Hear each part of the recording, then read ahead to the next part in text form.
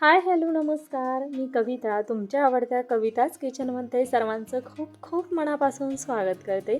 आज आपण कोणतीही रेसिपी न पाहता दुपारी 12 वाजता तर आपली रेग्युलर रेसिपी पाहिलेलीच आहे, परंतु आत्ता या व्हिडिओमध्ये आपण किचनशी रिलेटेड काही महत्त्वाच्या टिप्स पाहणार आहोत, ज्या आपण लहानपणीपासून आपली आई आजीकडून शिकत आलेलो आहोत आणि आपण देखील आपला स्वयंपाक बनवत असताना त्या अनुभवातून ते शिकत असतो.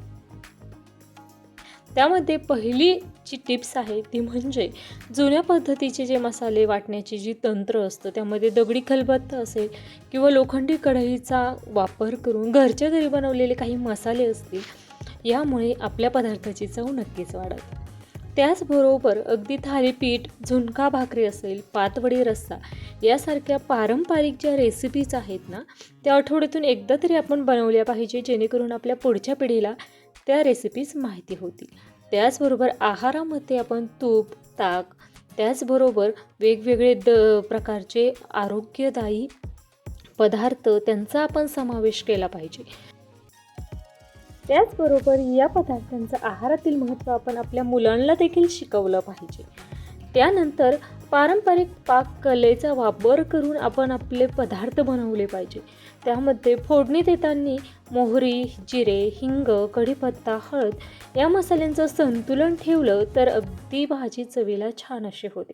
त्याचबरोबर अगदी लाकडाच्या चुलीवर धुरकट जो वास पदार्थाला लागतो तो जर आपल्याला देणं शक्य नसेल, तर अगदी कोळशाचा स्मोकी फ्लेवर आपण पदार्थांना देऊन ती चव आपल्या मुलांना देऊ शकतो.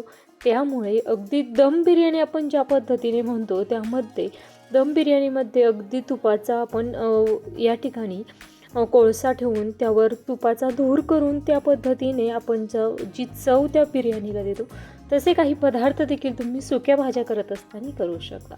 त्याचबरोबर आपण जे पदार्थ आहेत ते शिजवताना किंवा त्यामध्ये खूप जास्त पाण्याचा वापर न करता आपण ते वाफेवर देखील शिजवू शकतो, झाकण ठेवून शिजवू शकतो. त्याचबरोबर प्रेशर कुकरचा वापर करण्याऐवजी मातीची भांडी असतील, लोखंडी भांड्यांचा वापर केल्यास त्या पदार्थाची पौष्टिकता देखील वाढते. त्याचबरोबर पुरणपोळीचं पुरण असेल, साजूक तुपातली बासुंदी असेल किंवा मटकीची उसळ यांची जी चव आहे ना, ती हळूहळू शिजवण्यानेच खुलत असते. त्यामुळे त्या टिप्स देखील आपण आपल्या या ठिकाणी स्वयंपाक करत असताना त्या वापरल्या पाहिजे. त्याचबरोबर मसाले बनवताना शक्यतो विकतचे मसाले न आणता तुम्ही घरच्या घरी हा मसाला बनवला पाहिजे. त्याचबरोबर जर तुम्हाला घरगुती मसाला तयार करणं शक्य नसेल, तर अगदी घरगुती अनेक ठिकाणी मसाले उपलब्ध होतात, तिथूनच तुम्ही ते मसाले घेतले पाहिजे. आता आपल्या कविताच किचनचा देखील कांदा लसूण मसाला विक्रीसाठी आहे, तो अगदी घरगुती तयार करतो. अशा पद्धतीने तुम्ही कोणाचेही मसाले परंतु घरगुती तयार केलेले मसाले घेऊ शकता.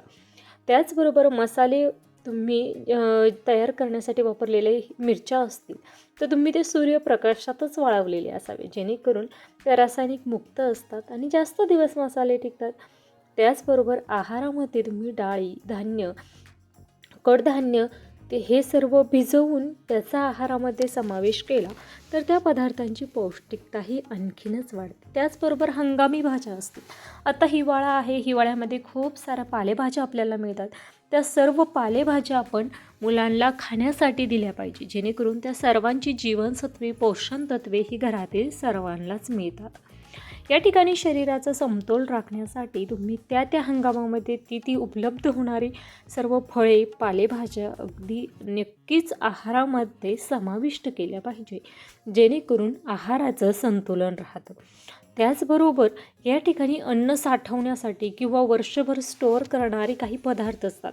त्यामध्ये पापड, लोणची, वाळवलेल्या भाज्या असतील, काही मसाले असतील, तर ते साठवण्यासाठी तुम्ही जुनी जी पद्धत आपल्या आजी वगैरे काचेच्या बरणीचा किंवा चिनी मातीच्या भांड्यांचा वापर करायचा ना, तो वापर तुम्ही केला पाहिजे. त्याचबरोबर सूर्यप्रकाश हवेशीर ठिकाणी तुम्ही काही पदार्थ वाळवले, पापड थोडेसे सुकवले, त्याचबरोबर मसाल्यासाठीच्या मिरच्या वाळवल्या, तर नैसर्गिक पद्धतीने ते जतन केल्यामुळे केमिकलची देखील गरज भासत नाही. त्याचबरोबर तूप आणि मसाले तुम्ही बंद डब्यामध्ये देखील ठेवले पाहिजे. या सर्व टिप्स तुम्हाला आवडल्या असतील तर वरील व्हिडिओप्रमाणे चॅनलला सबस्क्राईब करा. सबस्क्राईब करण्यासाठी या व्हिडिओच्या खाली चॅनलचं नाव दिलेलं आहे, त्यासमोर सबस्क्राईब बटन आहे. त्याचबरोबर व्हिडिओ आवडल्यास लाईक करा, शेअर करा आणि कमेंट करायला विसरू नका.